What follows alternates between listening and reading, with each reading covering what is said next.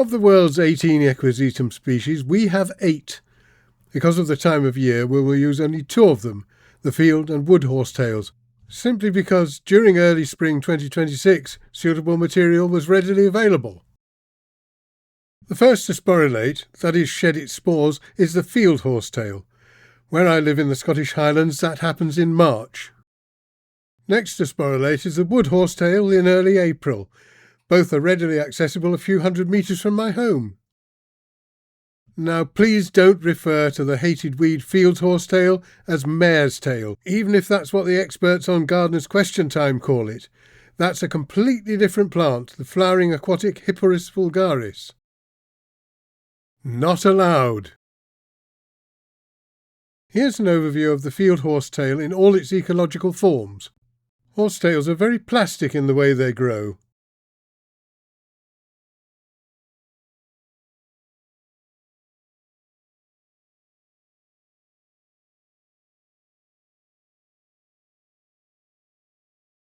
And now an equivalent overview of the wood horsetail.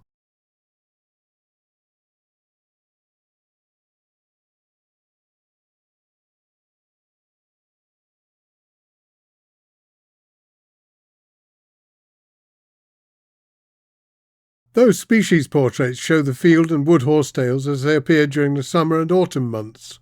The spore-producing shoots occur only for a brief period during March and April, and they can be inconspicuous and overlooked, even unappealing.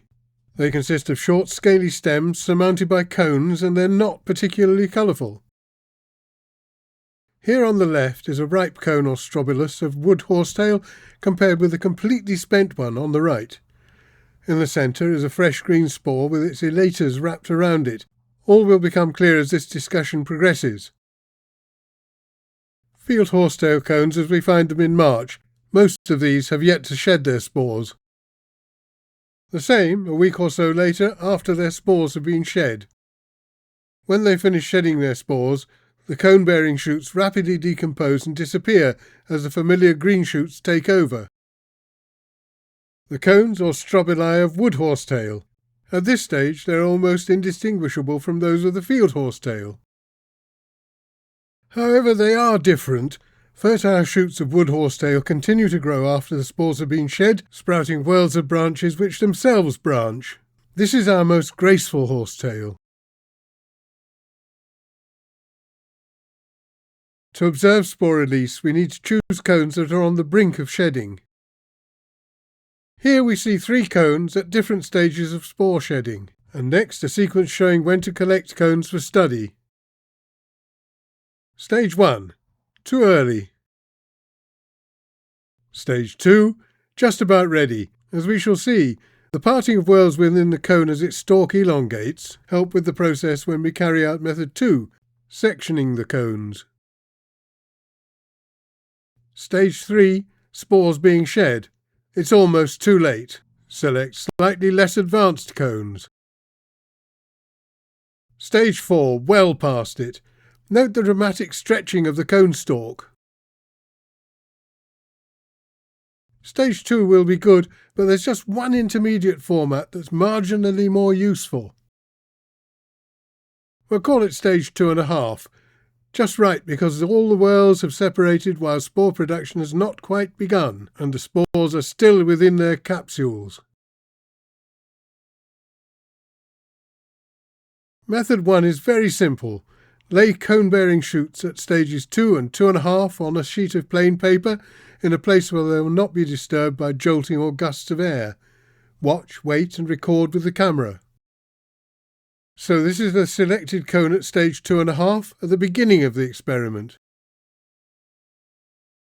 Depending on the temperature, my bedroom/laboratory was about 16 to 17 degrees. Have a look at your cones every hour or so. I watched all afternoon and then left this one overnight, which might have been a bit too long, but see what happened next. After a day and a half, an immense heap of spores had been deposited on the paper. Had this happened out of doors, of course, the spores would have been blown away. After 48 hours the heap was even bigger, but by then it was all over. The cone had shrivelled and the heap was now still. It had been a very dynamic process of spore capsules splitting and the spores wriggling violently, fighting with each other for the opportunity to catch the breeze and be wafted away to germinate somewhere damp. Here's a close-up of the spore mass. Hundreds of spherical green spores, see bottom right, entangled with the elaters that forced them apart from their neighbours as they struggled for release from their spore capsules. In this experiment we'll be sectioning the cones, then once again observing what happens in real time. Here you can see why the whorls separating helps with the sectioning procedure, somewhere for the blade to slot in, damaging the spore capsules as little as possible. Before we get started, here's some nomenclature which I'll be using from now on. As already established, a cone is a strobilus, plural strobili.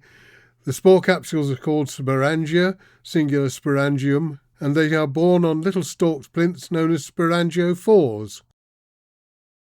Zooming in on a slice through a strobilus, here on the left is a neatly sectioned sporangiophore showing two nicely intact sporangia attached to its capitulum which surmounts the stalk, the columella. On the right is a complete sporangiophore with 3 spent, empty sporangia in view and more unseen behind it. Please pause if you want to spend more time on this slide. Here are those 2 sporangiophores as close as I can get. Close-up views of sporangiophores on an intact strobilus. Top right, the sporangia are wet after a bit of rain. And back to a section showing several sporangiophores looking up into empty sporangia, the spores long gone. Later I'll tell you about the remarkable little camera that enabled me to take such shots. This is what we're about to do, and here's the procedure.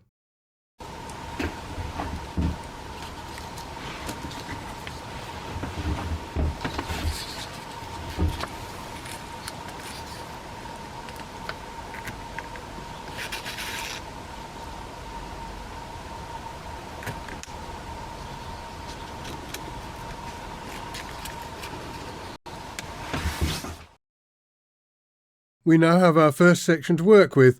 The cone will provide more if we want to repeat, so pop the bits and unused cones in a poly bag and store them in the fridge for later. Place a section where you can watch it without it getting disturbed. This one has several qualities. First, some sporangia which got damaged during the sectioning. It could have been much worse, and some sections you just have to throw away. We still have plenty of undamaged sporangia that will show us sporulation from beginning to end. A few have already shed their spores. And others have burst already. We'll ignore them along with the damaged and empty sporangia. Here are all the tools I used for this demonstration. Any sharp thin blade will do. Razor blades are ideal, single edge for safer handling, or if you have a scalpel that will be fine. The camera illustrated is the one I used to take these photos, but you could equally well use a decent digital microscope attached to a laptop. With that you'd be able to take very satisfactory video footage, as we shall see, as well as still photos, though they are unlikely to be as clear as this one. The close-ups shown in this presentation were taken on a very ordinary looking camera, the remarkable Olympus Tough TG6. Not only is it difficult to damage it by dropping, and capable of taking photos underwater to down to 50 metres, but it can also be pre-programmed to work right up close to the subject, magnify it, and take 5 shots at slightly different focus levels, stitching them all together to make an image of excellent depth. For this specialised photography, one may set up 2 customised programs. I have C2 set for the macro photography used here. Then all you need is time to see the action happening. You can speed things up by placing a lamp with a warm, old-fashioned 40 or 60 watt bulb nearby. You'll have to experiment with lighting according to what you have available. So here we go, a series of photos showing what happens.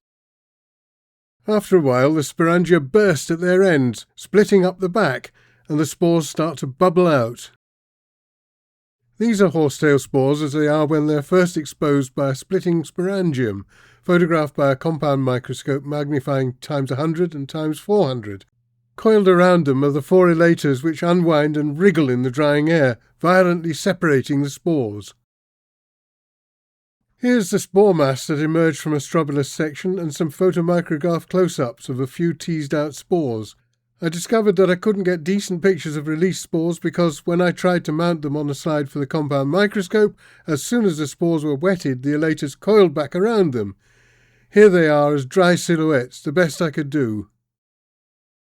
If I had an electron microscope, I might have produced a picture like this, explained diagrammatically on the right. Back to the section with spore release beginning.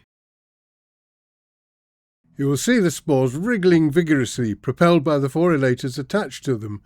They serve first to separate and release the spores, and then provide a parachute-like effect when they've been caught by the breeze. Of course, the spores don't get dispersed as they would in real life, so they pile up on and alongside the section. We must imagine a smoke of spores from cones every time the wind blows.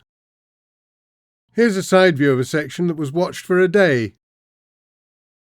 The rapidly shrivelling section becomes obscured by the spore heaps. Those energetic little spores lifted this section onto its edge during the night. It took me ages to get the section on the right to balance in the same way, just so I could take a comparison photo. For a better idea of what spent sporangia looked like, here are 2 sections taken from strobili which had already released their spores in the field.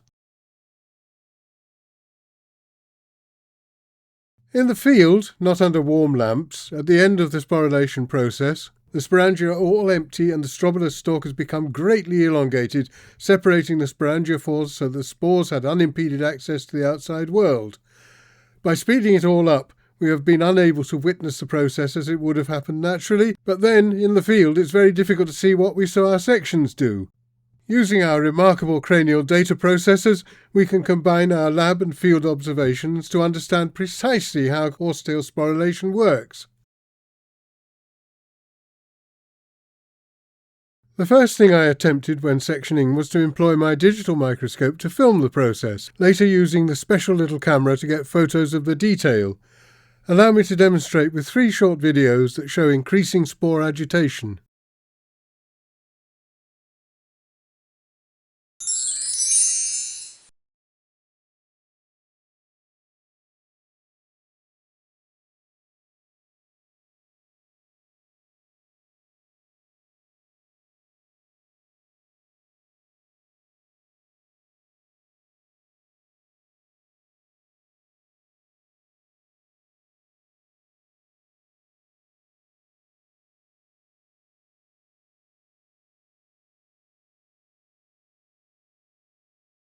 Finally, at the time of publishing this video, it's now too late to try these experiments with the field and wood horsetails, but 3 other common species will be becoming available, the great, water and marsh horsetails, in late April, May and June.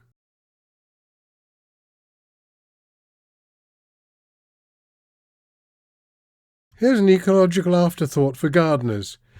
If you're plagued with Equiseta malvense, which is not mare's tail, rather than try actively to eradicate it, please consider this observation. In 2007, on a recently built roadside bank near Broadford on the Isle of Skye, I was amazed to see the densest, most extensive forest of field horsetail strobili one would ever hope to find. This is the same bank now, at the same time of year. There's been no sign of the horsetail for many years. It just disappeared.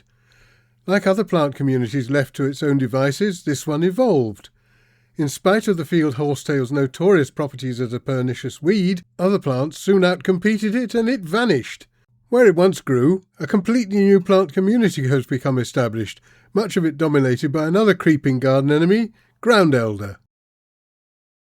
Will that too become ousted by a less temporary, less weedy, more diverse plant community? I'll be watching.